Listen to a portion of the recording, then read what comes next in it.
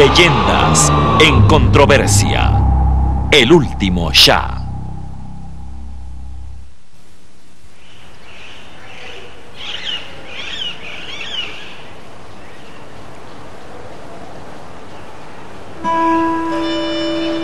Este es el Palacio Niavaran en el norte de Teherán, antigua residencia de Mohammad Reza Pahlavi, el último Shah de Irán. Fue desde aquí que en febrero de 1979, el Shah se marchó en exilio para no regresar jamás. 2 semanas más tarde, el Ayatollah Khomeini proclamó una república islámica y el fin de 2500 años de monarquía en Teherán. Hoy en día, Niavaran es conservado como un museo.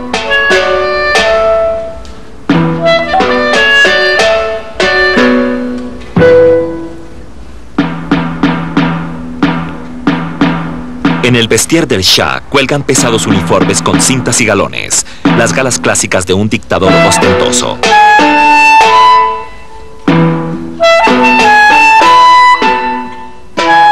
Congelada en el tiempo por los eventos de 1979, esta es la eterna reputación del Shah. Pero el hombre que usó estos uniformes nunca aceptaría este calificativo. Ante sus propios ojos, él era un rey visionario, guiando a una nación agradecida hacia algo que él llamó una gran civilización. Ahora la historia nos dice que él estaba equivocado, pero durante casi 40 años mucha gente creyó que él tenía razón.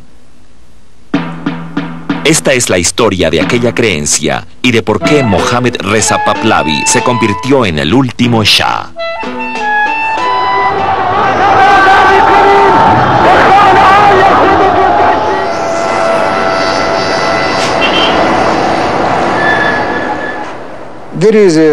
Hay una amistad muy específica y especial entre mi pueblo y yo. Mientras que esta amistad especial exista, no veo en dónde ni quién pudiera detenerla y quebrarla.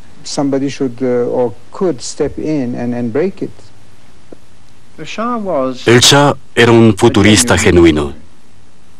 Él soñaba con un gran país. Un país completamente desarrollado, tomando lugar al lado de sus compatriotas arios de la Europa occidental y de Estados Unidos. Él no era un dictador cínico. Pensábamos que el Shah era Satanás. Asumimos que hasta sus buenas acciones eran satánicas.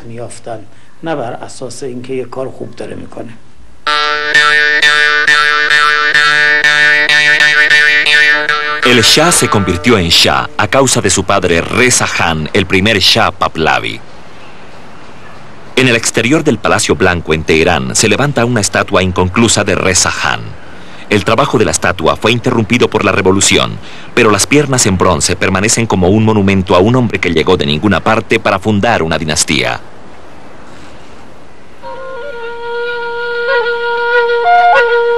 El ascenso de Reza Khan al poder coincidió con la decadencia de su país. Por los años 1900, Irán, conocido por los extranjeros como Persia, fue tallado por las potencias de Rusia y Gran Bretaña. Mientras su país se derrumbaba, Khan iniciaba su ascenso al trono. Se enlistó en la brigada cosaca iraní y rápidamente escaló varios rangos. Después de la Primera Guerra Mundial, entró en la arena política como un fuerte hombre militar. En 1926, él derribó a la dinastía Qajar que estaba gobernando y se coronó a sí mismo Reza Pahlavi, rey de reyes. Durante la ceremonia, a su lado estaba su hijo de 6 años, Mohammad Reza, ahora coronado príncipe y heredero al trono. Más tarde él escribiría: juzgue por usted mismo cuánto miedo y reverencia podría inspirar toda esta ceremonia en un niño de 6 años. Miedo y reverencia sumados también a los sentimientos inspirados en el hijo por su padre. Aquí estaba este atemorizado jovencito quien siempre fue apocado por su padre. Y Reza Shah siempre dijo: mi hijo no puede continuar después de mí. Él no es lo suficientemente fuerte para hacer esto. Él tiene que ser un gobernante como yo, si quiere mantener a este país unido. Reza Shah era un hombre muy pragmático, equilibrado, disciplinado y fuerte. Su hijo, Mohammad Reza Shah, era un poco místico, muy sentimental, de complexión delgada y verdaderamente muy emotivo. En realidad, eran personas muy diferentes.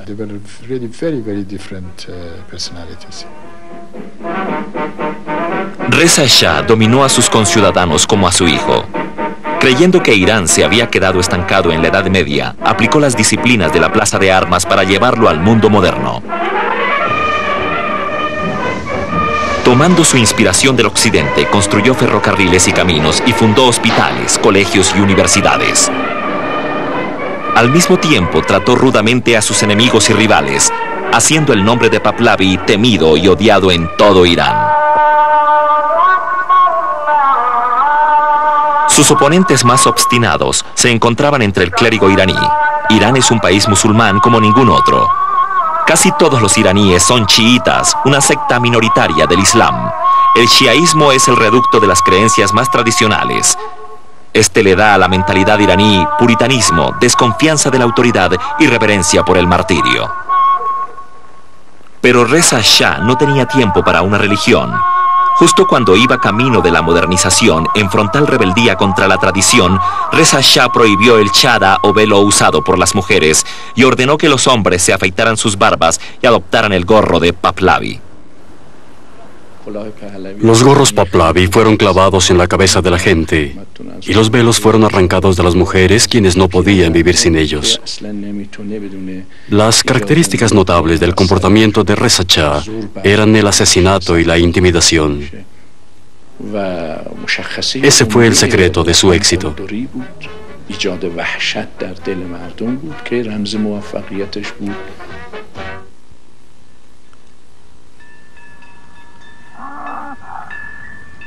En 1931, Reza Shah envió a su hijo de 11 años para que fuera educado en Occidente al colegio Le Rose en el lago de Ginebra, en Suiza. Reza Shah dijo: es duro para mí separarme de mi amado hijo, pero Irán necesita gobernantes educados e ilustrados, pero el amado hijo sufriría más que su padre. Él fue enviado a un país extranjero con un guardia que, intimidado por Reza Shah, se aseguró que aquel chico nunca se metiera en problema. Al príncipe nunca se le permitió hacer nada. Él no podía montar en bicicleta, no le era permitido escalar las montañas de Suiza. Estaba refugiado en su habitación. Fue una época totalmente miserable. Él era un joven solo y aislado. A su regreso a Irán en 1936, el príncipe heredero a la corona de 17 años fue obligado a contraer matrimonio con la princesa Fapsia, la hermana del rey Farouk de Egipto. La boda real tuvo lugar en Irán en marzo de 1939. Entre los invitados a las celebraciones había agregados militares de los países europeos al borde de la guerra. Reza Shah había intentado mantener a Irán fuera de la guerra, confiando que su armada podría disuadir a cualquier agresor. Pero los británicos y los rusos necesitaban tener una ruta sustituta a través de Irán, y entonces el 25 de agosto de 1941 invadieron desde el norte y el sur. Virtualmente no hubo resistencia. La repentina acción ocupó a un país débil en peligro de caer en las garras de Hitler. Esperando ser destronado, Reza Shah abdicó a favor de su hijo. Se marchó en exilio para Sudáfrica, en donde falleció en 1944. El último mensaje para su hijo fue: sin la garantía de que los aliados vayan a aprobar esta sucesión, el príncipe coronado tiene que moverse rápidamente. El 16 de septiembre de 1941, el futuro rey de 21 años llegó al parlamento iraní y juró reinar como un monarca constitucional. Irán tenía un nuevo rey y nadie parecía más sorprendido que el mismo nuevo Shah.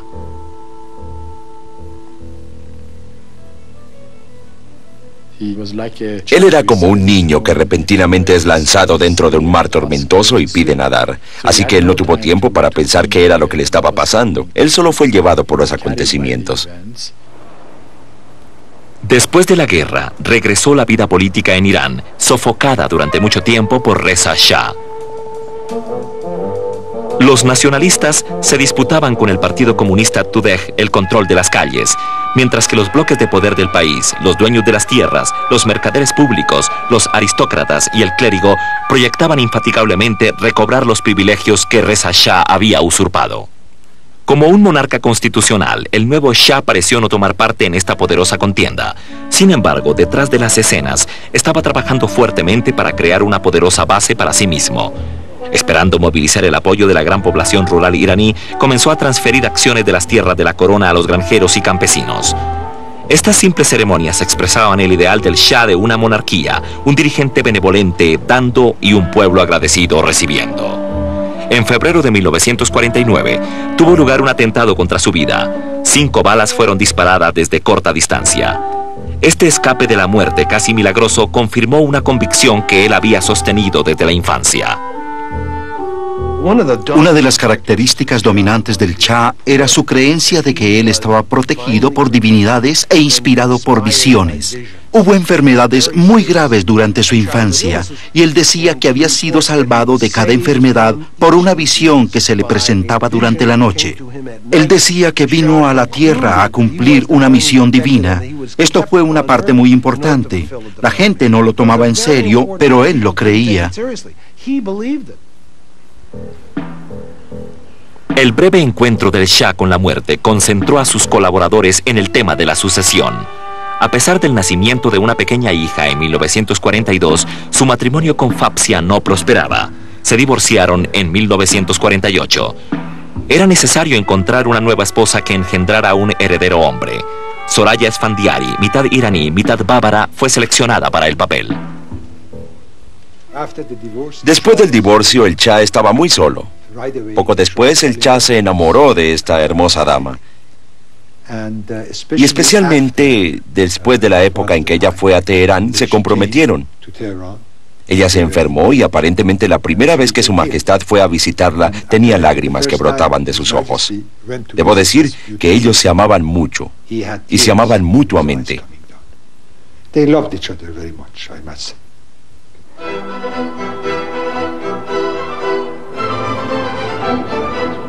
Contrajeron matrimonio en 1951.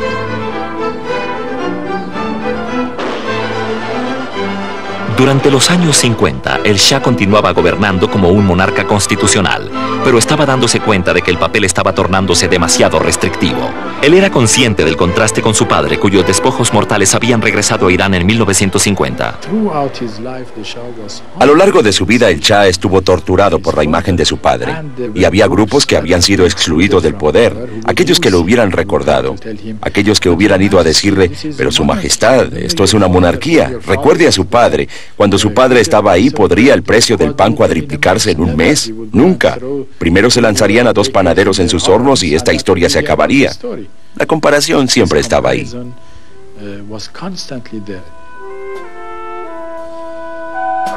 Como Shah, él trató de sostenerse a sí mismo, pero apareció un político que intentó restringir aún más sus poderes, el doctor Mossadegh. Encarcelado por Reza Shah, ahora él desafiaba a su hijo con la salida del petróleo de Irán. El petróleo iraní siempre había sido una concesión de los británicos. A cambio de un porcentaje de las utilidades, la compañía de petróleo anglo-iraní, en la que el gobierno británico poseía una mayor participación y tenía los derechos de exclusividad para explotar el petróleo de Irán. Por los años 50, casi el 10% del petróleo mundial venía de la refinería anglo-iraní en Abadan. La anglo-iraní ganaba casi el doble de lo que Irán recibía como regalías. La nacionalización del petróleo fue el evento que llevó a Mossadegh al poder. Incapaz para resistir la ola de sentimiento nacionalista, el Shah, no muy convencido, nombró a Mossadegh primer ministro en 1951. Inmediatamente se propagó la noticia que nacionalizaba la compañía petrolera anglo-iraní. Los británicos respondieron retirándose de Abadan e imponiendo un boicot mundial al petróleo de Irán. Mossadegh trató de introducir al joven Shah al campo de los nacionalistas, conociendo su resentimiento contra los británicos y creando popularidad para él. Pero Mossadegh deseaba una cabeza nominal, mientras que el Shah anhelaba ejercer verdadero poder. Mientras aumentaba la contienda entre el movimiento nacionalista y la dominación extranjera, el Shah gradualmente cambió hacia los poderes extranjeros.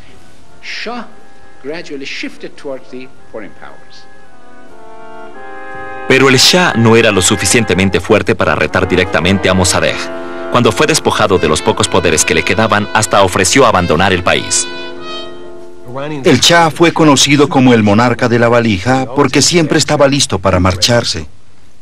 A lo largo de toda su vida, él no pudo resistir grandes presiones. Cuando no había problemas, él era un hombre de carácter muy fuerte, pero tan pronto como aparecía un poco de adversidad, él tenía que doblegarse.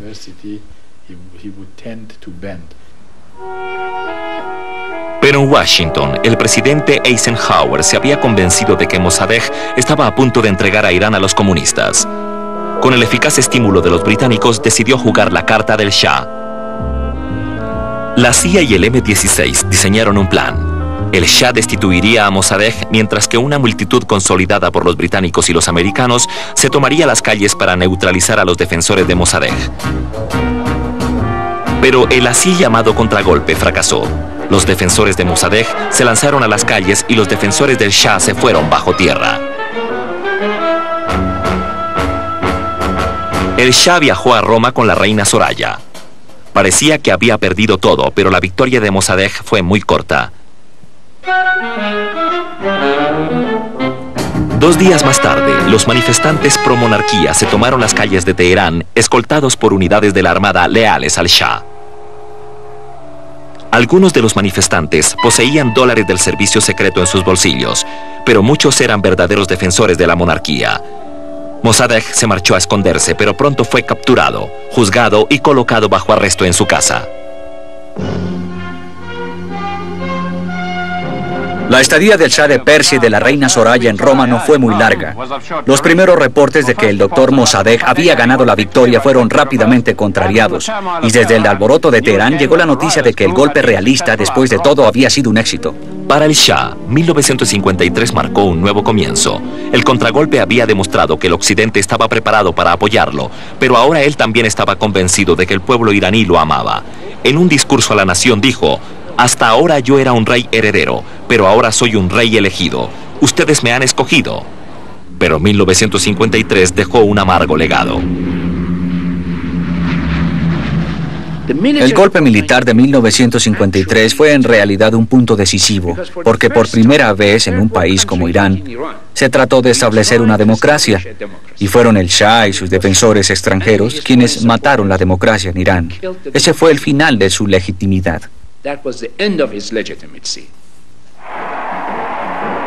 La legitimidad del Shah también fue minada cuando la CIA comenzó a reclamar todo el crédito del contragolpe, sugiriendo que habían sido sus dólares más que la popularidad del Shah lo que había llevado a que la gente saliera a las calles. Después de 1954, Norteamérica se convirtió en el mayor jugador en Irán, prestando ayuda, consejos militares y ayudando a crear una policía secreta conocida como Savak. Lo que había que hacer era ayudarlo a permanecer en el poder. No había sentido en continuar con todo este movimiento y después dejarlo fracasar de esa manera. Pero el Shah no tenía intención de retirarse. Destituyó a políticos independientes y se rodeó de ministros complacientes y tecnócratas. Finalmente fue capaz de comenzar a gobernar su país de una manera que su padre habría reconocido. Cuando él regresó y vio el amor del pueblo, sintió que ahora había emergido como un hombre fuerte y que tenía que volverse un líder, le gustara o no a la gente. Y como el pueblo lo amaba, él tenía un deber hacia este. El nuevo comienzo fue simbolizado por una nueva reina. Aunque el Shah estaba profundamente enamorado de Soraya, ellos no pudieron tener hijos. La cuestión de la sucesión se hizo de nuevo urgente. Sin estar muy convencido, el Shah acordó tomar otra esposa. La pareja se divorció en 1958 y al año siguiente se llevó a cabo una tercera boda real en Teherán. Farah Diba formaba parte de la nueva generación de los iraníes educados en Occidente. Estudiante de arte en París, ella trajo una influencia cultural liberal para apoyar a su esposo. Demostraría ser un matrimonio real muy exitoso, dándole a la imagen del Shah un impulso como monarca de mente moderna, inyectando nuevos pensamientos en la corte y dando el vital heredero al trono. Para el gran júbilo popular, el príncipe de la corona Reza nació en 1960. Cuando me casé tenía 21 años. Por supuesto, en aquellos días yo nunca imaginé la escala de trabajo que me estaba esperando. Y sabe, lentamente me familiaricé con los problemas Pero fui muy optimista, porque como usted sabe, nosotros teníamos la voluntad y la posibilidad de hacer nuestros sueños realidad.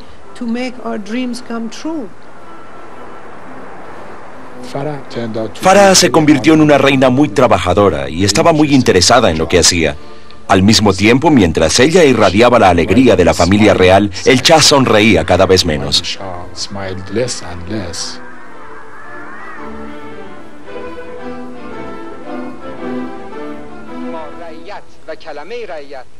En 1961, el Shah realizó su movimiento más audaz. Inició una revolución denominada la Revolución Blanca. Esta prometía la reforma agraria, la emancipación de la mujer, programas de salud y educación y una modernización al estilo occidental. Colocando su revolución en un referéndum y recibiendo de acuerdo a las figuras oficiales el 95% de los votos, el Shah logró afirmar que la gente había autorizado su visión de modernización. Pero no eran solo las masas las que habían apoyado al Shah. Los liberales educados en Occidente también fueron arrasados por su fervor de la modernización. Él llegó a decir, ustedes quieren hacer una revolución, yo voy a hacer esa revolución, porque ustedes no son capaces de ejecutarla. Así que yo la haré. Voy a ir muy rápido, muy rápido, y ustedes tendrán que correr para atraparme. Fue por eso que la mayoría de nuestra generación creyó en él.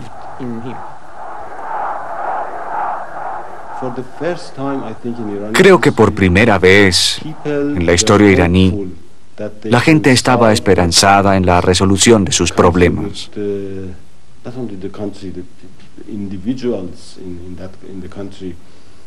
Los ciudadanos de este país podrían esperar una vida de prosperidad y éxito.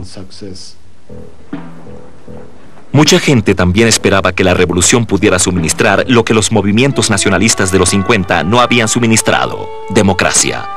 Pero sus aspiraciones democráticas se vieron frustradas. Con el objeto de implementar su revolución tan rápido como fuera posible, el Shah colocó a un lado la Constitución y silenció a la prensa.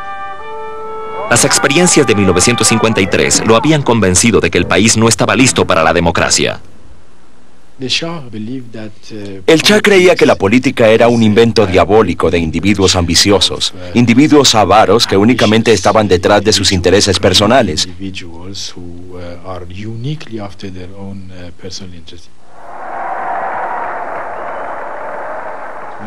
Y él pensaba que una vez que usted tuviera una sociedad en la que todo el mundo estuviera vacunado contra la demagogia y hubiera sido engañado por los políticos, entonces usted tendría estrategias. Pero ¿cuándo llegaría aquel momento?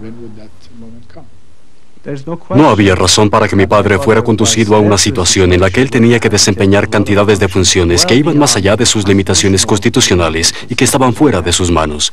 En esa época mi padre estaba frente a una circunstancia en la que quería supervisar todo el trabajo, y si este no estaba hecho porque la otra gente no cumplía con sus deberes o no asumía sus responsabilidades, él tenía que hacerlo y estar pendiente para asegurarse de que fuera realizado. Como su padre, el Shah encontró resistencia en sus mayores oponentes, el clérigo chiita, y como su padre, el Shah rechazó estas críticas como las perspectivas reaccionarias de una mente medieval. Si usted está triste porque su país progresa, si usted está triste porque su país le está diciendo adiós a un sistema feudal, si usted está triste porque la mitad de la población de su país, las mujeres, están emancipadas, entonces no se le puede ayudar. Los ataques más severos al Shah vinieron de un oscuro sacerdote establecido en la ciudad santa de Qum. Khomeini predicaba contra la reforma del Shah, declarando que la emancipación de la mujer iba contra la ley islámica, y acusaba al Shah de ser una marioneta de las potencias extranjeras. En junio de 1963, Khomeini fue arrestado y severos disturbios se desataron en Teherán y en otras partes del país. El Shah dudaba. Sin desear manchar con sangre su revolución blanca, se negaba a llamar a la armada. Su primer ministro tenía que tomar la responsabilidad. La armada entró en acción y centenares de personas murieron. El problema con el Shah es que él no tenía la habilidad de ser cruel cuando tenía que serlo. Cuando él necesitó ejercer el poder para preservar su trono, no pudo hacerlo. El orden fue restaurado y Jomeini fue exiliado a Nayaf, una ciudad chiita sagrada en el vecindario de Irak, en donde él continuó predicando contra el Shah. Él atacaba en particular la presencia de los nacionalistas americanos, a quienes se les había concedido inmunidad de las leyes iraníes. Estas personas pueden cometer cualquier crimen que ellas deseen en Irán.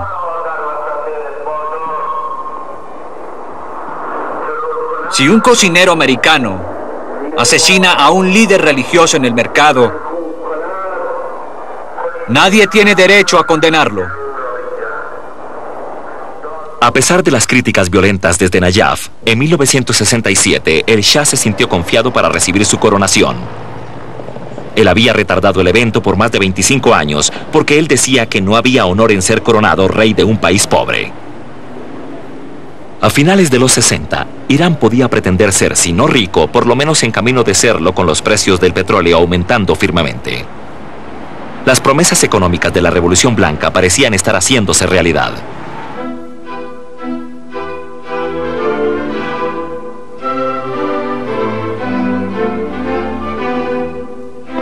Al igual que su padre, el Shah se coronó él mismo.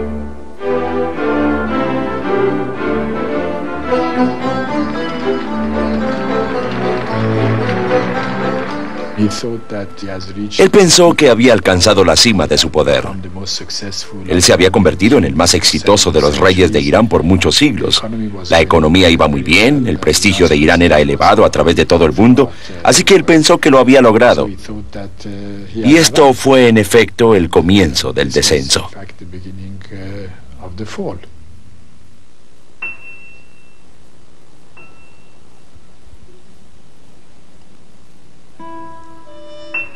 La caída del Shah comenzó entre las ruinas de Persépolis, la cuna de los antiguos reyes aqueménidas, Darius y Xerxes.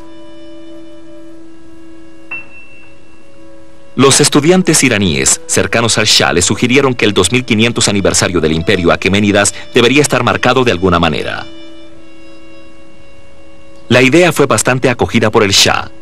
Él podría atraer la atención del mundo hacia sus propias hazañas y asegurar su propia legitimidad uniendo el régimen Pahlavi con la casa real más antigua de Irán.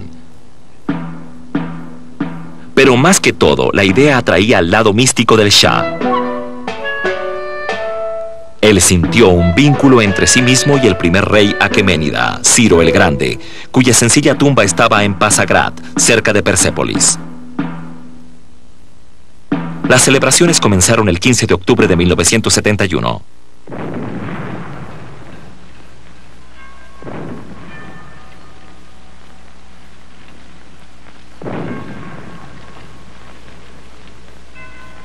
Con una voz cargada de emoción, el Shah se refirió al espíritu del rey muerto hace mucho tiempo.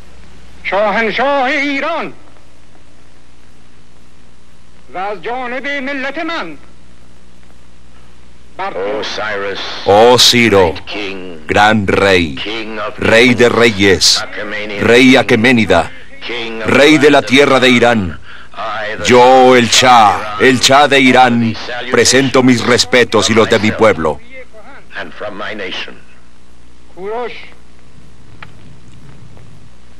Para él, este momento fue la esencia de lo que él llamó la gran civilización. Él quería ser parte de la historia como un nuevo Ciro. Para él, la gran civilización era una combinación de Ciro el Grande y desarrollo económico y social.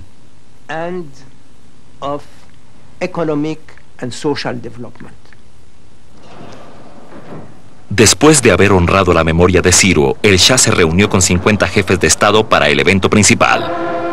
Un desfile del ejército iraní que hubiera sobrepasado a cualquier producción de Cecil B. DeMille. Pero había un grupo que había sido excluido de los eventos de Persépolis, el pueblo iraní. Debido a motivos de seguridad y a la imposibilidad de acceso al lugar, la mayoría de los iraníes tuvieron que observar esta ceremonia patriótica por televisión. Lejos de inspirarles fervor real, dejó a muchos con resentimientos. Todo estaba listo para empezar una verdadera democratización de la sociedad. Y en lugar de eso, Él quiso hacer un espectáculo de sí mismo. Y es aquí donde comienza una separación entre él y su pueblo.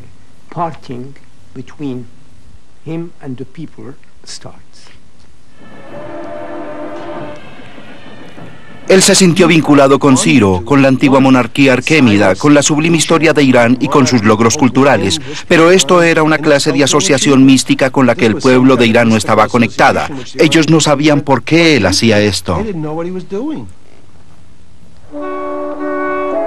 Los invitados del Shah fueron transportados en vehículos lujosos, ignorando las medidas de seguridad que rodeaban el evento.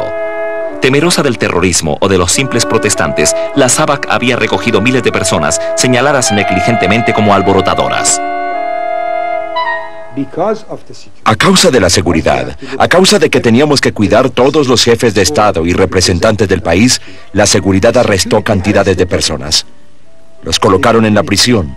Yo fui a donde Su Majestad y le dije, ellos han arrestado a cantidades de ciudadanos inocentes.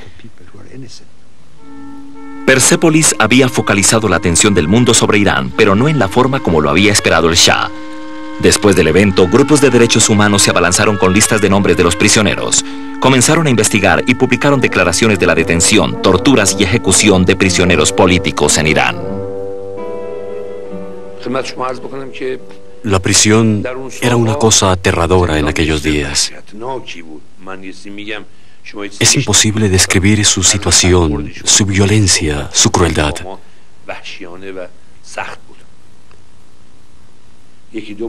Ellos los colgarían de sus piernas durante 6 horas. Después de 2 horas, usted sentía como si el peso del mundo estuviera aplastando su cerebro. Comenzó una campaña internacional para opacar la reputación del Shah. Continuamente él solía decirme, ¿por qué tengo tan mala prensa en Gran Bretaña y en Irak? Irak es Saddam. Yo acostumbraba a decir esto, y lo sigo creyendo. Su Majestad, usted tiene esta mala prensa, porque espera ser tratado como uno de nosotros, como una parte del mundo occidental. Mientras tanto, nosotros no tratamos a Irak como parte del mundo occidental.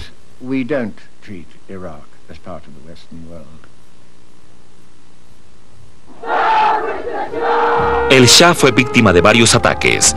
Mientras que en Occidente algunos lo tildaban como un dictador opresivo, otros líderes estaban pidiéndole que invirtiera billones para convertirse en el centinela del Golfo. El Shah nunca entendería cómo podría ser objeto de tan intensas críticas y alabanzas aduladoras. Pero si él fue herido por la prensa del Imperio Occidental, él tenía su venganza, el petróleo. Convencido de que el Occidente había estado consiguiendo el petróleo barato durante mucho tiempo, trabajó con la OPEC para elevar los precios. En 1973, los precios del petróleo se cuadruplicaron y fue el mismo Shah quien en diciembre de ese año anunció la última alza.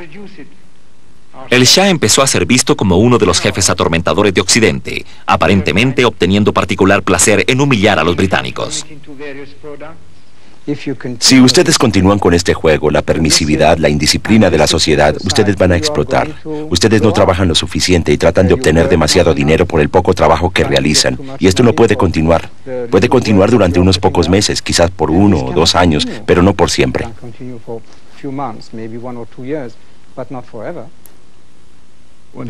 Cuando él tenía una situación en su poder en la que tenía el látigo en su mano, no puedo decir que no disfrutaba eso hasta cierto término. Después de todo, él sintió que a lo largo de todos los años que fue el Shah, había pasado por una época bastante dura. Finalmente su día había llegado, había adquirido algunos créditos, y creo que nadie que estuviera en su posición hubiera disfrutado eso. Él sí realmente lo hizo.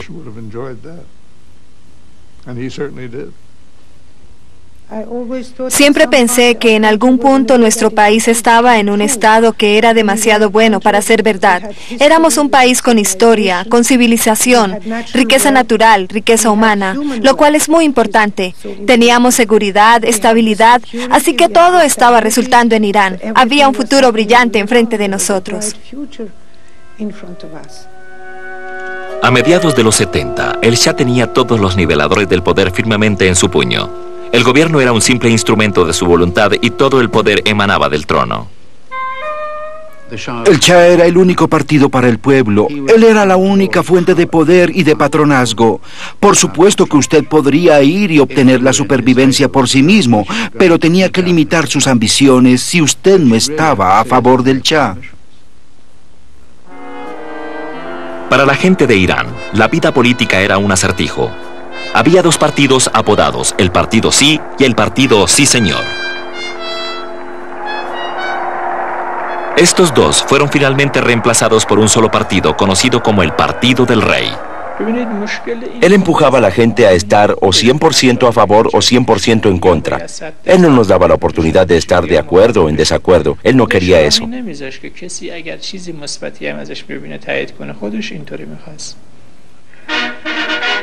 A mediados de los 70, el Shah había alcanzado una posición internacional mucho más grande que cualquier cosa que su padre podría haber soñado. El monarca de la valija de los 50 era irreconocible frente al emperador del petróleo. Nosotros estábamos un poco anonadados por la apariencia superficial de control del Shah. Algunos de nosotros, que lo habíamos conocido en los años 50, encontrábamos difícil de entender el hecho de que él era una persona completamente cambiada. Otros lo tomaron para afirmar que era la persona que aparentaba ser fuerte, poderoso, formidable, todo conocimiento, toda sabiduría, totalmente controlado. Esta fue la imagen que él le presentó al mundo. En cierto sentido, creo que todos aceptamos esto, aunque algunos con más resistencia que otros. Le damos particularmente la bienvenida a usted y a la empresa como buenos y viejos amigos. Pero hasta en lo más alto de su poder, el Shah permanecía siendo un líder enigmático. Su imperiosa conducta era generalmente desmentida por su desconfianza, aún por su timidez. Señor presidente, me siento profundamente honrado de ser una vez más su invitado. Él era lo opuesto de un hombre carismático. Él era un pésimo orador público, era grosero, aburridor. Al colocarlo frente a una multitud, su instinto se retraía. Él era un hombre verdaderamente tímido. Creo que en realidad era un hombre muy tímido, detrás de esa fachada de grandeza imperial. Debido a su timidez, él era más bien una víctima de su propia imagen.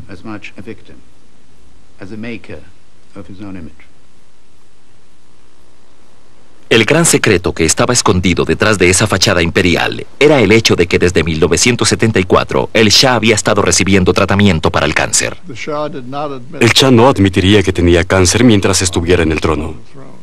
Si se hubieran enterado de que tenía cáncer, habrían entendido cuál era esta verdadera prisa para empujar al país hacia un nuevo estilo de vida en el siglo XX.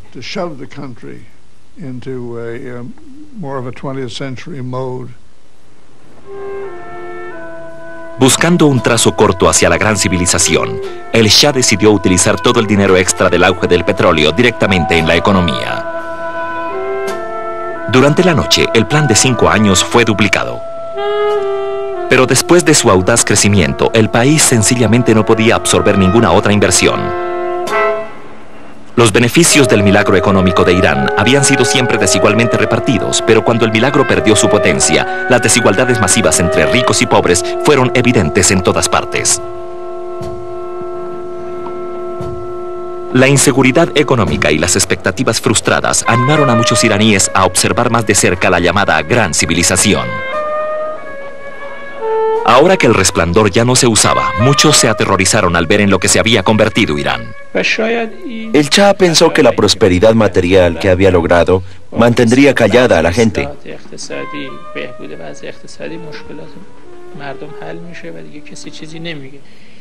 Pero él sobreestimó esto. En efecto, la gente que era más occidentalizada, en esa época, claro, se estaba tornando muy sensible acerca de la medida. Ellos sintieron que sus inclinaciones hacia el occidente les estaba costando su identidad. Se volvió de moda hablar de la occidentalización y era claro que nadie estaba más intoxicado que el Shah. Sus intereses y todo su estilo de vida parecían señalar a un dirigente que pensó que la cultura occidental era superior a la iraní. Sus críticos religiosos argumentaron que él simplemente no era apropiado para ser rey de un país musulmán.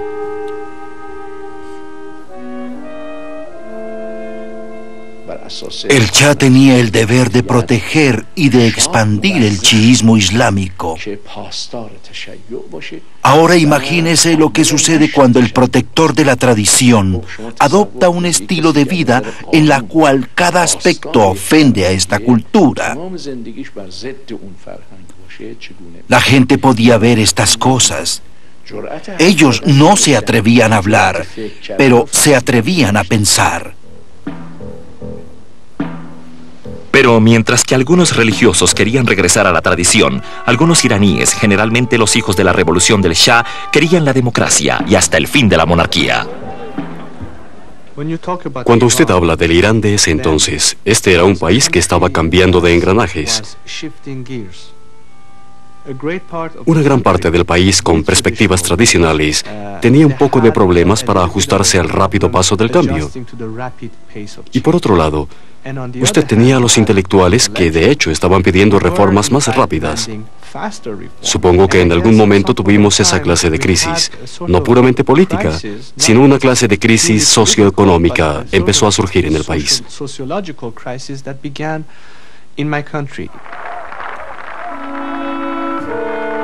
Las celebraciones de 1976 que marcaron el 50 aniversario del régimen Pahlavi fueron un evento sombrío.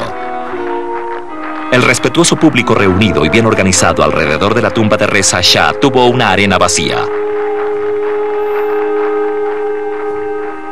Una atmósfera de estancamiento estaba oprimiendo al país, pero el Shah continuaba creyendo que el pueblo lo apoyaba.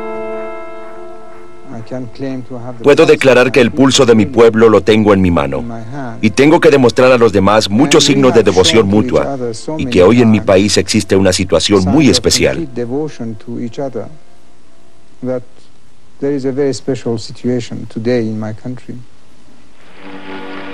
En febrero de 1977, Jimmy Carter prestó juramento de presidente en la Casa Blanca. Elegido sobre una plataforma de derechos humanos y una reducción en las ventas de armas, Carter pareció ser la peor pesadilla del Shah de Irán. En efecto, Carter aceptó rápidamente que sencillamente no había otra alternativa para el Shah. Todo lo que él podía hacer era animar el programa de liberación limitada que el Shah había introducido el año anterior.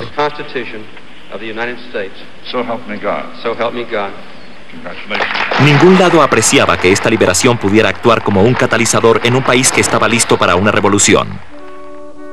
Carter visitó al Shah en Teherán. Consciente de la necesidad de evidenciar su apoyo, Carter realizó un gran brindis por el nuevo año.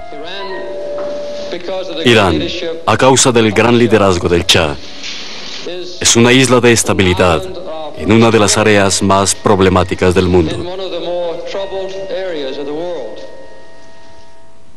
Unos días después de que Carter se hubiera marchado, hubo una chispa que dio la impresión de que la revolución iba a comenzar.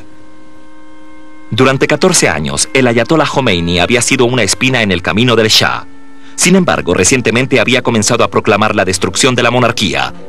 Asegurado por el apoyo incondicional de Carter, el Shah decidió desquitarse. Había un artículo preparado por la oficina de prensa del Shah, y él tenía incidencia directa sobre este. Estaba furioso acerca de lo que Khomeini había estado diciendo referente a él.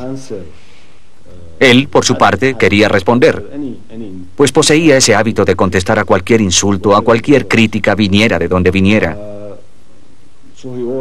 Así que él ordenó la preparación y la escritura de ese artículo y luego me lo dio a mí para que fuera publicado en uno de los periódicos. Esto era solo cuestión de rutina. El artículo acusaba a Khomeini de comportamiento licencioso y de ser un agente británico. Esto desató protestas de sus seguidores en la ciudad santa de Qum. Las autoridades reaccionaron y mucha gente murió. Las muertes en Qum ocasionaron un ciclo recurrente de frecuentes protestas sangrientas. Los grupos seculares de la oposición se unieron a la bandera de Khomeini y en lo que quedaba de la semana se habían esparcido a través de todo el país. Una de las cosas que no había sucedido en Irán durante 15 años ocurrió repentinamente en 15 días. Habíamos tenido golpes que no habían estallado. De repente todo el mundo estaba a la expectativa del golpe. No habíamos tenido verdaderas protestas. De repente todo el mundo estaba protestando. Nadie había visto multitudes en Irán y de repente había multitudes en las calles y nadie podía calcular su tamaño.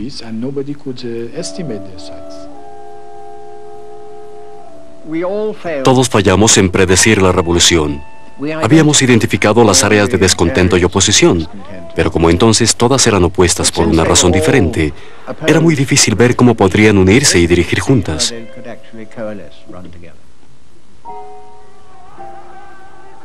El verdadero líder de la revolución iraní, en una forma negativa, es el Shah. Él hizo todo mal para unir a todas las facciones.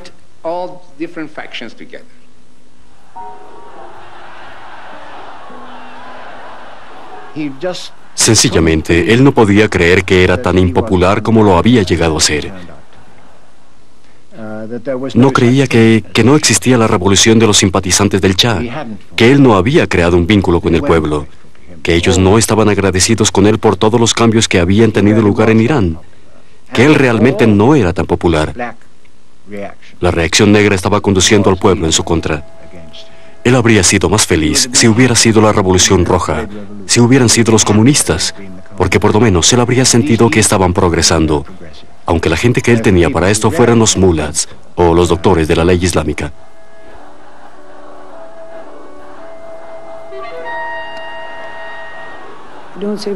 Yo no digo que no hicimos disparos ni formamos problemas, pero él no deseaba una revolución tan horrible como esa. La gente supo que la mayoría de ellos se volvieron histéricos. Ellos lo único que querían era que el régimen cambiara. Por supuesto que todo comenzaría no inmediatamente como una bola de nieve, y desafortunadamente las fuerzas malignas fueron más fuertes que nosotros. El punto decisivo de la revolución ocurrió un viernes por la tarde a finales de septiembre. En Teherán se había declarado la ley marcial, pero a pesar de esto mucha gente estaba decidida a protestar en la plaza Yale. Yo quería ir, pero mi esposa me dijo: Mohamed, no vayas. Ellos han decretado la ley marcial. Yo me reí y dije: ahora tengo que ir. Ese día fui una de aquellas personas, solo una gota en el océano.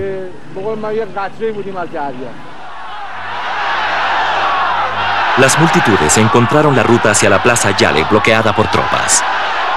Como su número aumentaba, presionaron el avance y las tropas abrieron fuego. Se dijo más tarde que el mismo Shah había estado volando en un helicóptero sobre la multitud dirigiendo las operaciones.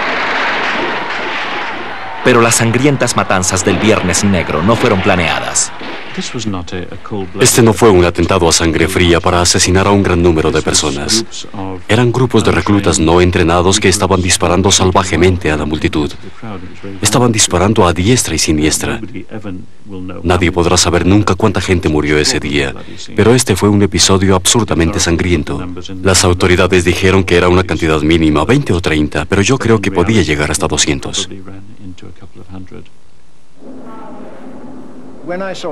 Cuando vi al Shah poco después, él estaba absolutamente horrorizado por lo que estaba sucediendo. Fue la primera vez que sentí que él veía que una situación estaba empeorándose y que no podía manejarla. Él continuaba diciendo una y otra vez que un dictador podía matar a su pueblo, pero que un rey no podía hacerlo. A pesar de todas las expectativas y la necesidad de las líneas fuertes entre sus consejeros, el Shah se negaba a ordenar el uso sistemático de la fuerza máxima. Esperábamos más sangre de la que en realidad hubo. Relativamente hablando, comparado con lo que ocurrió en la Revolución Francesa, la Revolución iraní no fue sangrienta. Para aquellos que estaban observando desde el exterior, esta duda era confusa y hasta frustrante. La gente estaba diciendo: ¿cuándo es que lo va a hacer? Y nunca lo hizo. Era claro para nosotros que estábamos viendo a Irán en esa época que el Shah quería que nosotros tomáramos la responsabilidad de esto.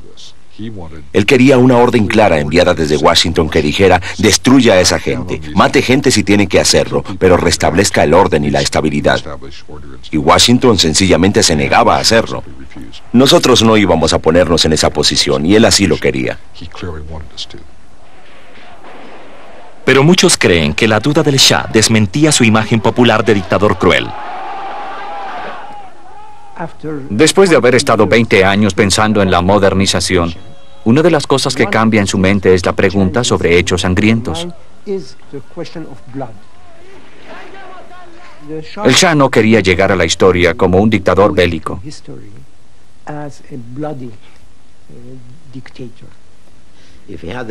Si él tenía un lado cruel, yo nunca tuve la oportunidad de cruzar por ese lado. Para mí, él era lo contrario. Peor que haber sido un dictador es crear la percepción de que usted lo es.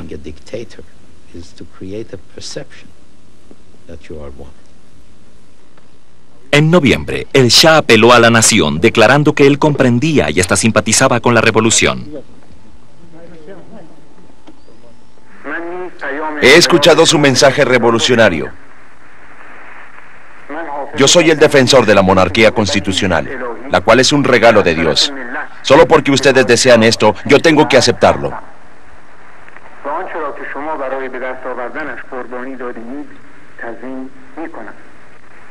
2 días más tarde, él autorizó el arresto de muchos de sus antiguos ministros y consejeros. El hombre encargado de la SAVAK en esa época preparó una lista de 500 de los principales oficiales que superaban los 20 años y quería arrestarlos para darle satisfacción al ánimo popular.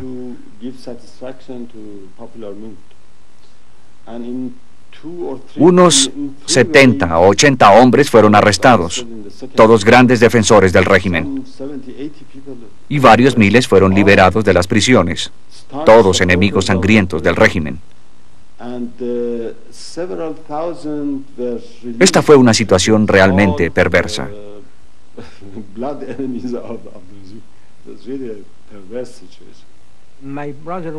Mi hermano fue destituido de su trabajo y puesto bajo arresto. Mucha gente, tanto en Irán como en el extranjero, me lo dijeron el día que él hizo eso. Para mí el Shah está terminado, porque cuando un líder trata de escapar de su responsabilidad, deja de ser un líder. El Shah, quien demandaba lealtad de todo el mundo, fue incapaz de hacerlo recíprocamente, y Jobeida fue lanzado a los lobos para desviar el pánico.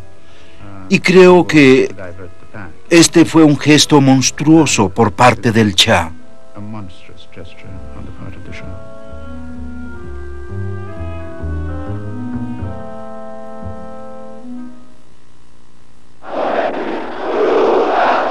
Cuando la corte cayó, las multitudes se arrojaron a las calles en proporciones increíbles. En las fiestas de Tashua y Ashura, las fechas sagradas del calendario chiita, se estimó que las multitudes en Teherán alcanzaron 1,5 millones. El 16 de febrero de 1979, el Shah y la reina Farah abandonaron el palacio de Niavaran por última vez y se dirigieron al aeropuerto.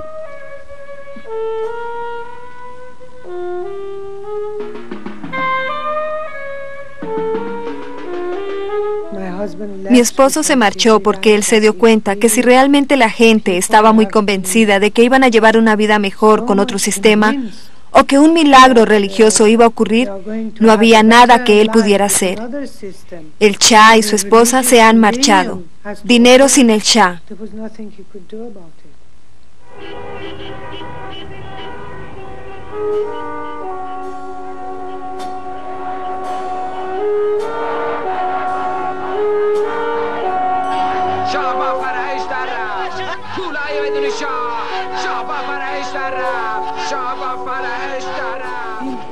Él era despreciable.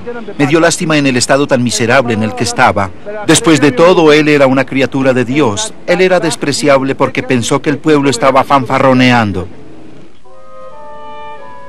Como su padre, el Shah murió en el exilio.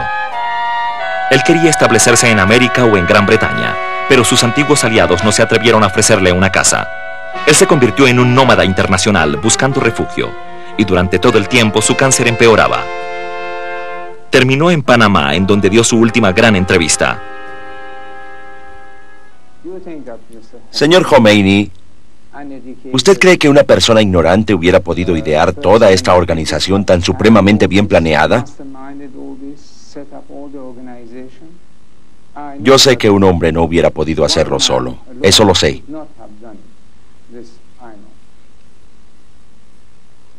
Él despreciaba a la gente de Khomeini, no podía creer que ellos hubieran podido realizar esto solos. Él no creía que su pueblo había perdido la fe en él. Esto era una cosa terrible para que él la admitiera y no estaba preparado para hacerlo.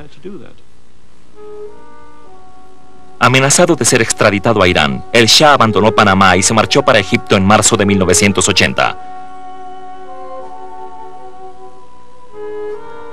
Para entonces, él había visto el regreso del ayatollah Khomeini y la rápida capitulación de su ejército.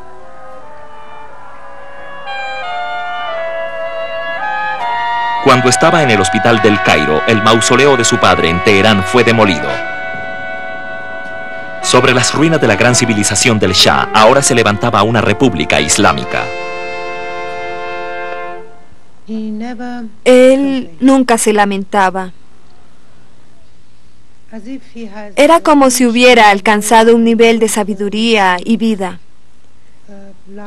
Como si estuviera volando sobre las pequeñeces de la vida, las traiciones y las injusticias.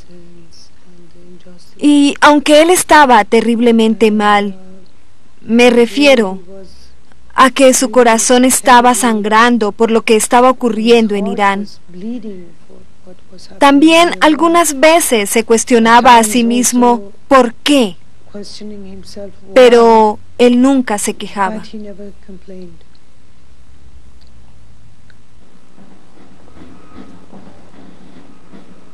El Shah murió el 27 de julio de 1980.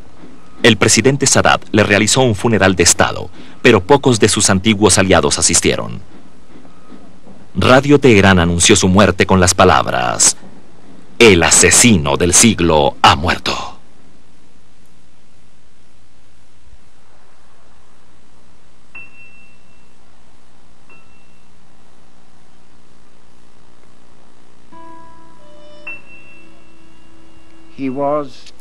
Él era un poderoso nacionalista.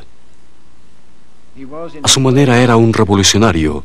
Se propuso modernizar lo que era, en términos de desarrollo, uno de los países más atrasados del Medio Oriente, y tuvo un tortuoso camino a lo largo de esta consecución.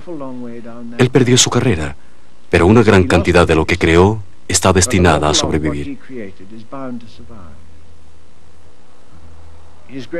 Su más grande pecado fue su intento de convertir al pueblo de Irán en lo que ellos no eran. Él estaba tratando de convertirlos en copias de los europeos y de los americanos. Ellos no querían convertirse en algo diferente. Era un pueblo muy tradicionalista. Por último, se dio vuelta hacia sus líderes tradicionales, las clases religiosas, con el objeto de prevenir esta transformación que el Shah estaba tratando de llevar a cabo.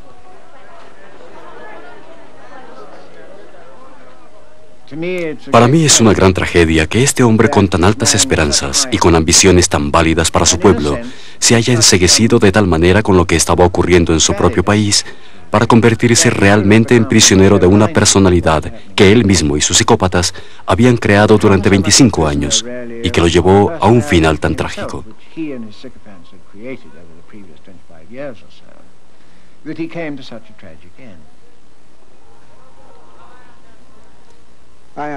Estoy dedicado a mi pueblo porque esta es la cosa más hermosa que pueda existir.